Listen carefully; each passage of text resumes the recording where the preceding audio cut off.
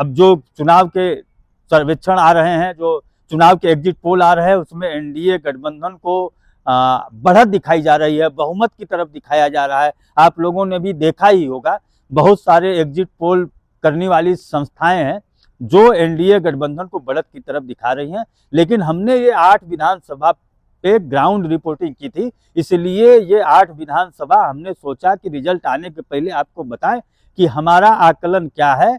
हमने ये आकलन किया है, हम सही हो सकते हैं, गलत हो सकते हैं, वो तो आने वाला समय ही बताएगा।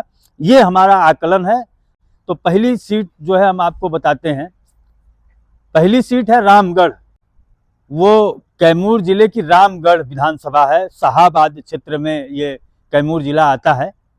तो रामगढ़ सीट पे आमने सामने की लड़ाई चल रही है, बसपा और भाजपा। बसपा से सतीश यादव पिंटू हैं और भाजपा से अशोक कुमार सिंह हैं।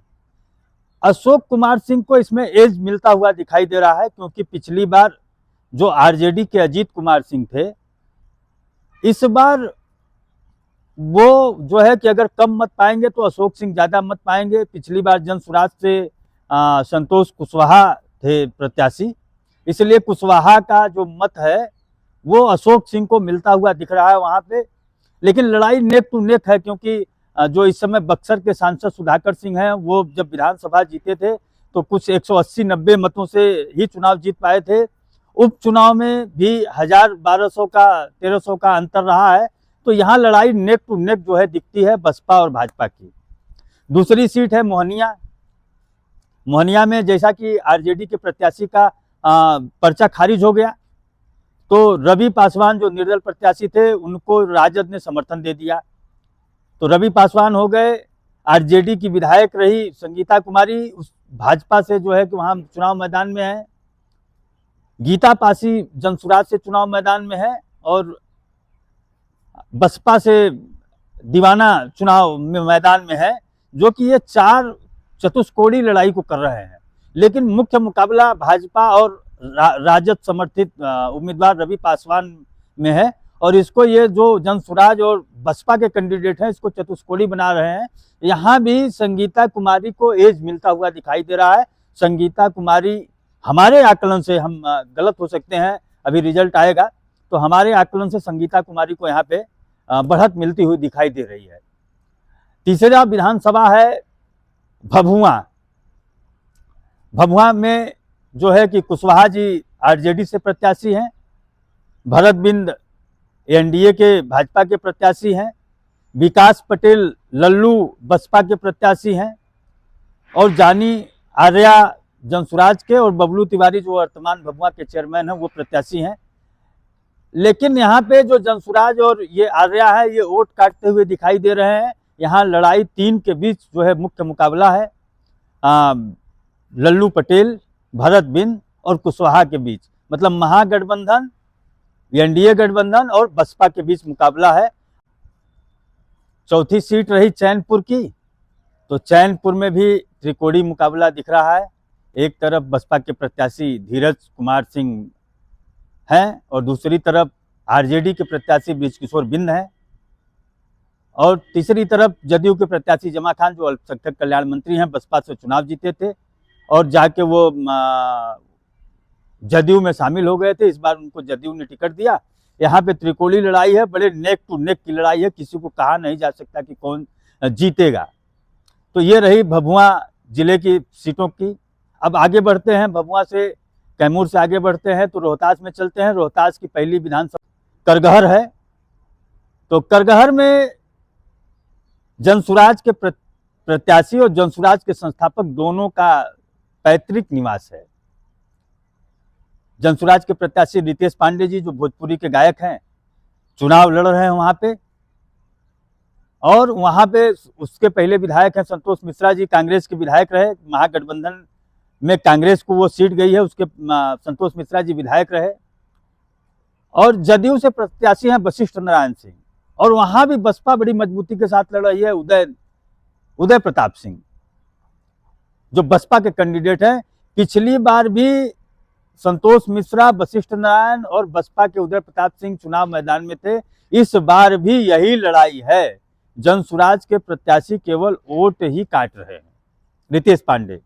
मैं एक बड़ी बात कह रहा हूं, क्योंकि रितेश पांडे की बड़ी हाइप थी मीडिया में, सोशल मीडिया में, लेकिन मैं एक बड़ी बात कह रहा हूं कि ये टीम के बीच में लड़ाई है, उसमें भी वशिष्ठ नारायण सिंह को इस बार एज प्राप्त हो रहा है, क्योंकि संतोष मिश्रा का वोट जो है जनसुराज के रितेश पांडे काट रहे हैं। ब्राह्मण होने के नाते जानते ही हैं कि हमने ये जाना समझा बिहार में जाके कि जाति के नाम पे वहां वोटिंग होती है। तो संतोष मिश्रा का वोट जो है जनसुराज के रितेश पांडे थोड़ा बहुत भी काट रहे हैं। तो इसलिए, क्योंकि उदय प्रताप सिंह जो थे बसपा के प्रत्याशी, वो पिछली बार भी तीसरे नंबर पे थे, 3,500 से 4,000 मतों से वशिष्ठ नारायण सिंह जो है कि कांग्रेस के प्रत्याशी से चुनाव हार गए थे। उस समय चिराग पासवान अलग लड़ रहे थे, पासवानों का मत अलग था, उपेंद्र कुशवाहा अलग लड़ रहे थे। इस बार सारे लोग इंटैक्ट है, इसलिए वशिष्ठ नारायण सिंह को वहां एज मिलती हुई दिखाई दे रही है हमारे आकलन से। इसके बाद की सीट है दिनारा, रोहतास की सीट है, बक्सर लोकसभा में है, जिला रोहतास है और लोकसभा बक्सर है। दिनारा में भी लड़ाई आमने सामने की है। थोड़ा बहुत लड़ाई को ट्विस्ट दे रहे हैं जय कुमार सिंह जी, जो जदयू में वहां से विधायक रहे, मंत्री रहे, लेकिन पिछली बार भी जदयू के टिकट से वो चुनाव लड़े थे। 25 से 27 हजार, कुछ ऐसा ही, हमको याद नहीं आ रहा है, 25 से 27 हजार मत पाए थे। तो इस बार तो निर्दल लड़ रहे हैं, इसलिए वहां राजेश यादव बनाम आलोक सिंह की लड़ाई है।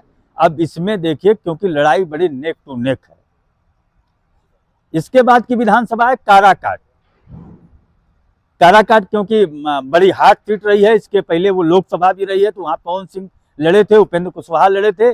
पवन सिंह इस बार जो है कि भाजपा में शामिल हो गए हैं। उपेंद्र कुशवाहा का उन्होंने पैर छू के आशीर्वाद लिया है, जहां से उनकी पत्नी जो है कि चुनाव लड़ रही हैं, ज्योति सिंह, जो कि उस चुनाव को एक मजेदार चुनाव बना रही हैं।